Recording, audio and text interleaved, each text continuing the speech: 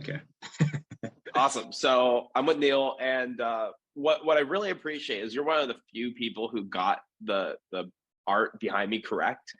People always can recognize like Mother Teresa. This is inverted. Here you go, Mother Teresa. And they're always like, who's the person in the middle? And you were like the first one that immediately goes Steve Jobs, and then obviously Muhammad Ali. I think it's the brow. I think it's the Steve Jobs brow right there. It gives it away a little bit.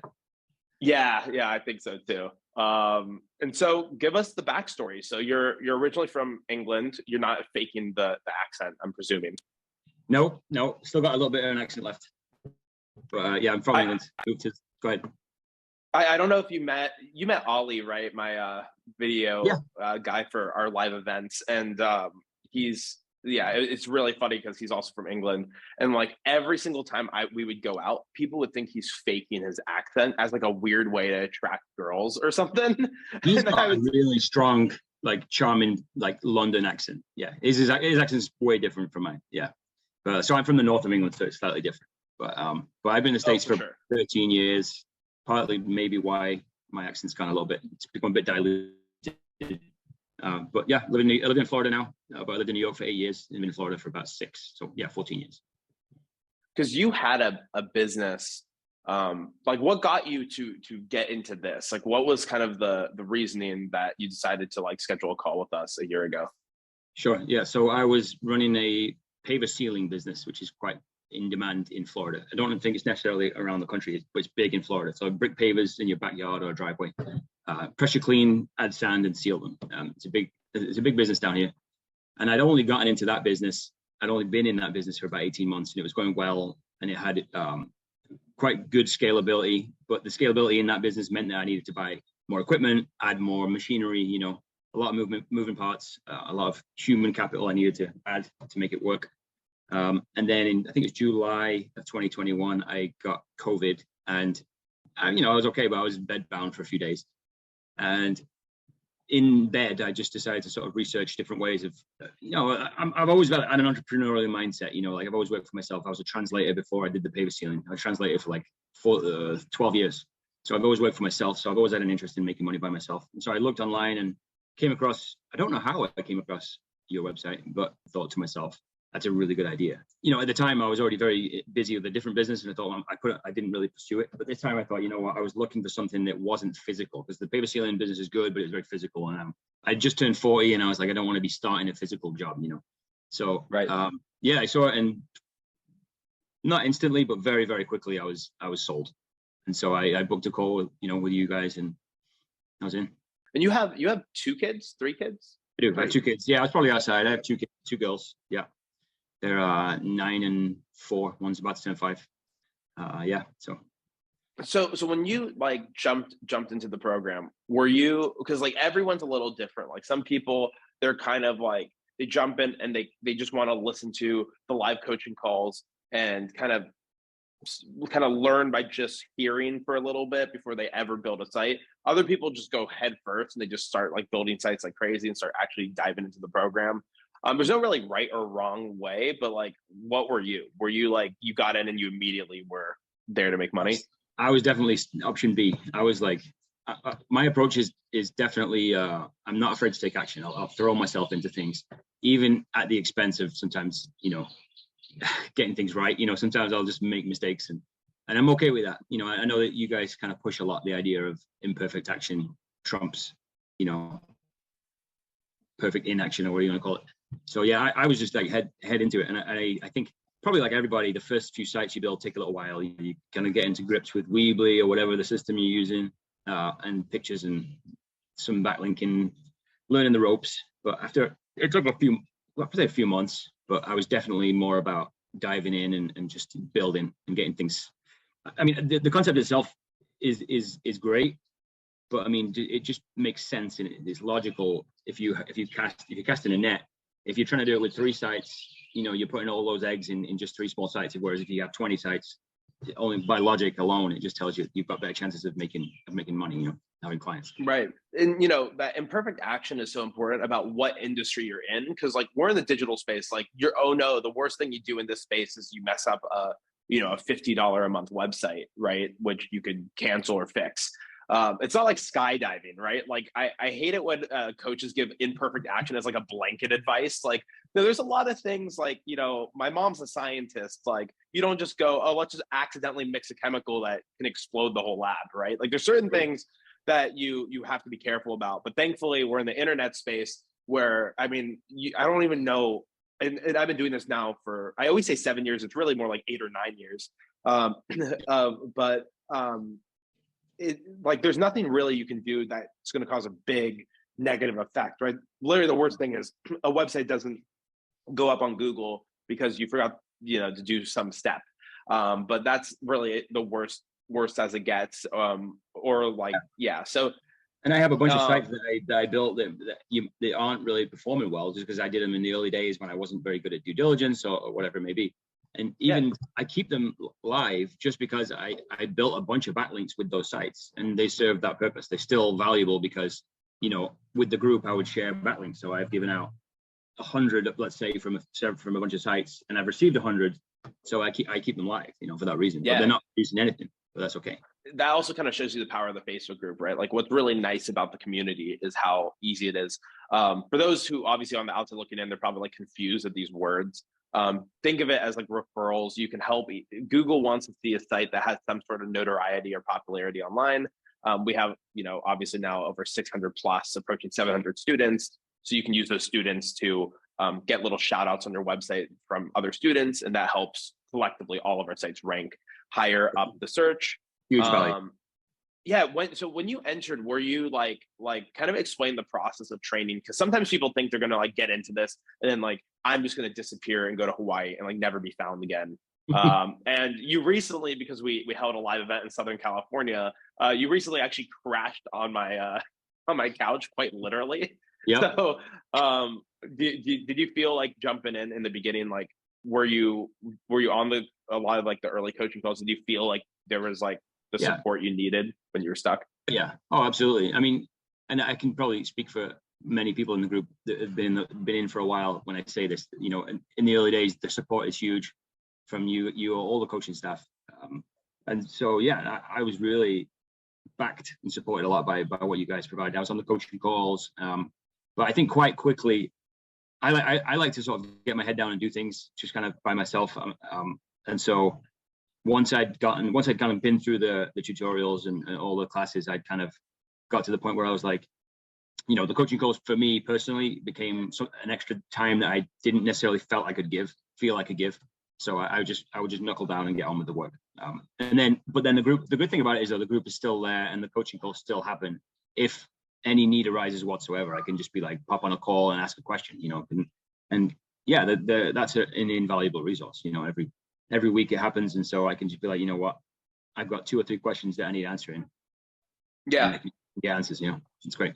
Every time I do a coaching call, my goal on the coaching call is to get as little people showing up on the next one, because right, the idea is like if people understand the business and are competent, they don't hop on the coaching calls, which is very different than I think like most marketers, because most marketers want the most amount of viewers on their thing, they want the most engagement, they're like, they want eyeballs. I'm like, I want the opposite. I want people like, I don't want people to be reliant on me, because I don't think that's like, you know, like anything, like if you want to be a true entrepreneur, I want to get you to a place where like if I got hit by a bus, which I know is kind of grim, but like if I did, you know, nothing stops your business, right? So Sure. so you get in and you said you got to, because you're at like now about like 11-12K a month. You said you got there you said like within 6 months is kind of where you got to that number? Probably no, I wouldn't say that soon. I mean, I got to, the first deal I got was, you know, obviously full disclosure, it's like everyone gets to different rates at different speeds. In my case, it was, you know, it probably took me 4 months or so to get my first deal, just because you know, I didn't understand, or I didn't put enough emphasis on the sales part of things, right? Because I was very into like the web building and the backlinking and all that stuff. And so once I kind of knuckled down and started making phone calls, I got my first client in after about 4 months. And then really from there, you know, like once you see the first one come in, it's like okay, so this works. Now it's validation, it all works. And then kind of knuckle down with sales. And I think within about another 4 months, I think I got to about 10,000. So within about 8 months, I think I'd made to about 8 or 9 months, I got to about 10,000. Yeah. Yeah. Yeah, and there's always a difference. Like, even I've been starting to work with people like you, where like there's a total difference between going to 0 to like 10 or 20K a month. And Yeah. obviously, some of us who have got into, I do, over 100 a month, it's like that's a totally different thing, because I can't just sit here and build websites all day, right? That's not really intelligent for me to do when I have money already coming into the business. So we talk a lot about the outsourcing and delegation.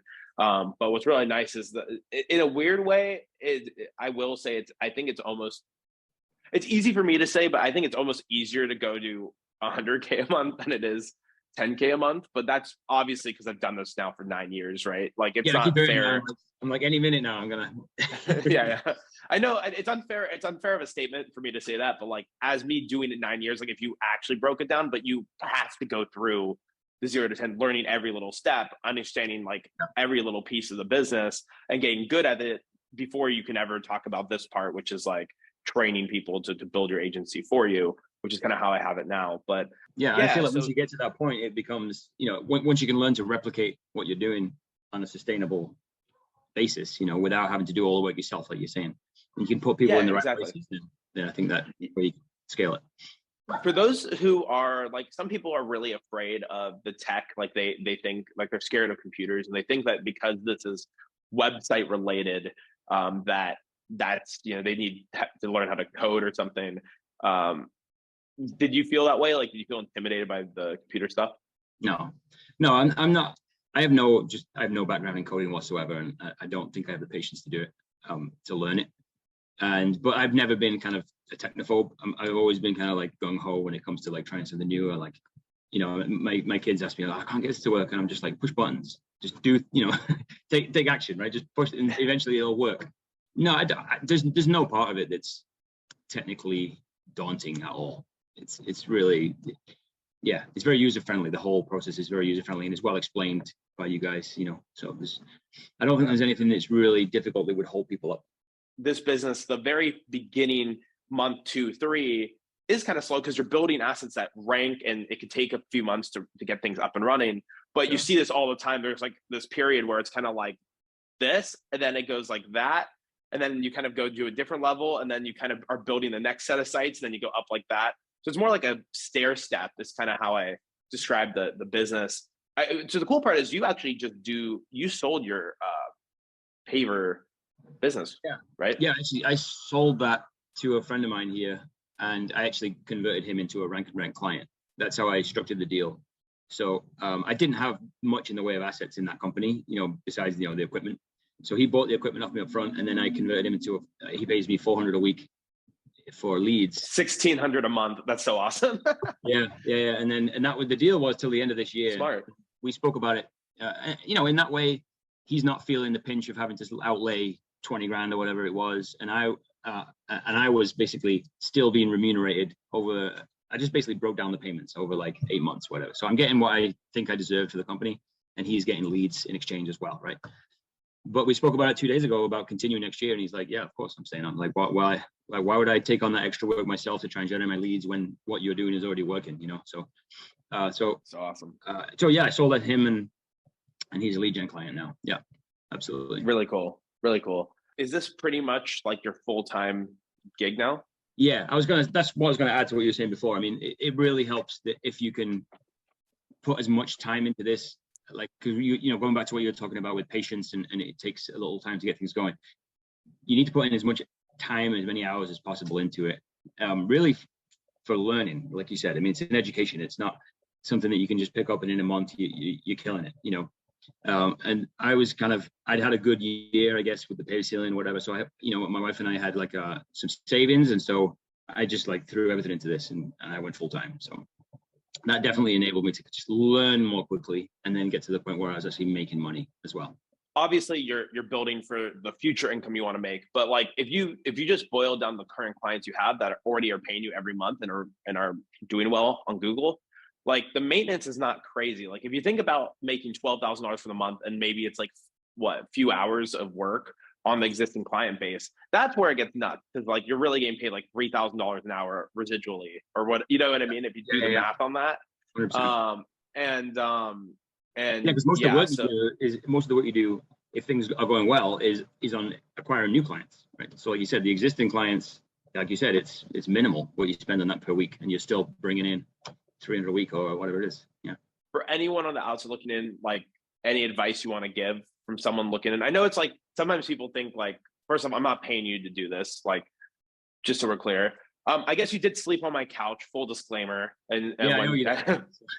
yeah, but other than that, no, it's crazy. I just think about like how when I went to college, like the idea of making 10 or 12 grand a month was, to me, it was like, oh my God, like you have to be so smart. And, you know, my mom has a PhD and she was making around that, you know, and like Sure. 20 years into her career. So Yeah. I was thinking like, man, I have to have a PhD and wait 20 years. I'm gonna be 40, 50 years old to do that. And I always think it's hilarious, like how we have students who in, 6 months, 9 months, who actually put in the work to do it. And look, Yeah. there's students who also come in part-time. Like I think any type of action is better than no action. Like if it takes you longer because you're only doing this business a few hours a week, fine. But it does boggle my mind, like the world we live in, like there's so much leverage on the internet, if you know what to do. And what I love about the business is the win-win, right? That there's no like, it's not like for you to make 12 grand a month, your business owner had to lose 12 grand a month. In fact, your business owner had to make like 100 grand a month, right? To Yeah. justify The more that you make, spend the to more you. you'll make. Yeah, 100%. Yeah, absolutely. No, it's I mean, the other thing is I was going to add to that as well is that speaking of the digital space, in my case, once I've kind of, I guess, embraced it completely and gone full time, there's other doors that open as well. It's the best concept in my mind that there is, just because it's from a perspective of it's open to anybody. Like there's really no restriction on, what you don't really need any particular qualifications to get into it. There's no age restriction. There's no language. If you speak English, it's better. But I mean, you Sure. can still do it. You can do it in Spain, or in a different country in your own language. Fine, the concept still applies. But yeah, personally, in terms of advice, I mean, I guess I think I've already said it. Just spend as much time on it as you can and absorb as much as possible, and then just apply. Like learning the tutorials and learning everything that you guys are teaching is absolutely great, and it's essential. But then it comes down to you have to apply it, right? I guess what's the goal? So like, do you have like a goal right now? Like I really want to get to XYZ. So I had set a goal, you could say it's kind of a lofty goal. By the end of this year, I want to make 25K a month. Nice. Like you're saying, from 10 to 20, I don't expect it to be as difficult as it was just to get to 10, because you're still learning and applying, right? So yeah, I mean, if I can get to 20, by the end of the year, I would be delighted. Yeah. And by the way, that I actually think it's totally doable. I mean, there's to me, the key though is like you really gotta lean in, and like it's gonna be like, okay, let's actually grind from between now and the end of the year. But I went from like 7 grand a month to 30 grand a month in less than 3 months. For me, like I've been doing this now, like I said, 7 to 9 years, depending on how you look at it. Like sometimes I count it from when I was making over 200 grand a year, because that's like when to me it was like a serious business. Sometimes I count it from when I started, which would be 9 years. But I really look at this and go, like, the fact that it's still gone 9 years, I know it's going to go 9 more years, and that's what I love. It's like people think that like Google's going to disappear tomorrow, and I'm like, that's crazy. Like there's nothing even close as a competitor, and it's just going to be cool to see where all of us are a year from now, because like most of us are only a year in, like in the student group. So yeah, and just to kind of add on to that, like one of the things that just absolutely drives me on, if I need more motivation to do this, because I'm fully into it. It's the fact that I'm only, like you said, 15 months in, and I'm at about 11,000 a month. So what's going to happen 15 months from now?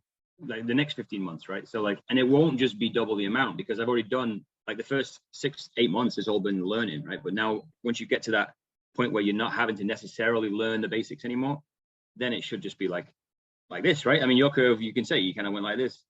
And so I'm excited to see where I'm at a year from now. I don't have really any doubt that I'll be at 30,000 a month a year from now.